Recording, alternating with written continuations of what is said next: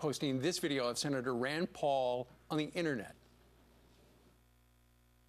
Stealing money from people who will be getting money in the future to pay for immediate concerns is robbing Peter to pay Paul.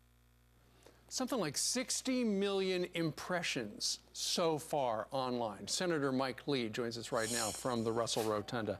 Sir, what is Rand Paul talking about right there, robbing Peter to pay Paul?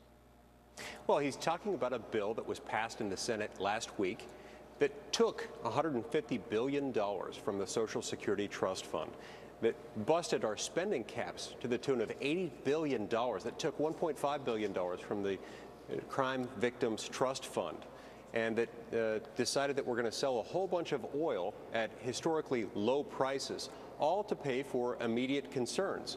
The American people are upset by this because they understand, as Senator Paul said, this is robbing Peter to pay Paul, but they're also upset by the process. They're upset by the fact that we did this in the middle of the night. We did it on a rushed basis. It had no committee action, no opportunity for review or for amendment by the American people and their elected representatives. This is a problem. The American people deserve better.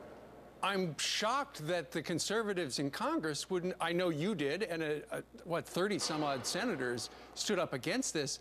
But for the most part, you know, the House has a majority of Republicans. I'm shocked that this would get through.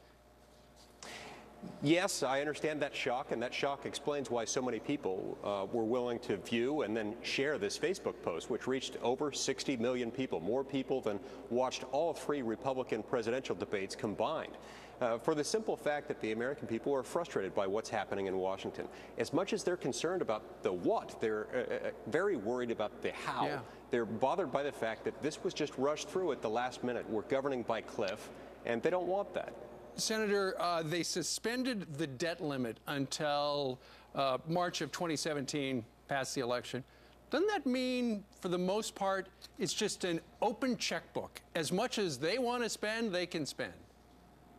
Yeah, that's right. So there's no borrowing limit up until 2017. And so as much as needs to be borrowed in order to satisfy whatever demands the federal government has at the time, they can borrow.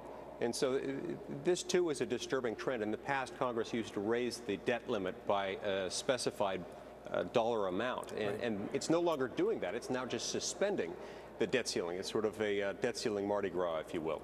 No kidding. All right. Senator Mike Lee, the Republican from Utah, who said no to this, but nonetheless it did pass. Senator, thank you very much. If people would like to watch the video, it's on his webpage. We will link from foxandfriends.com.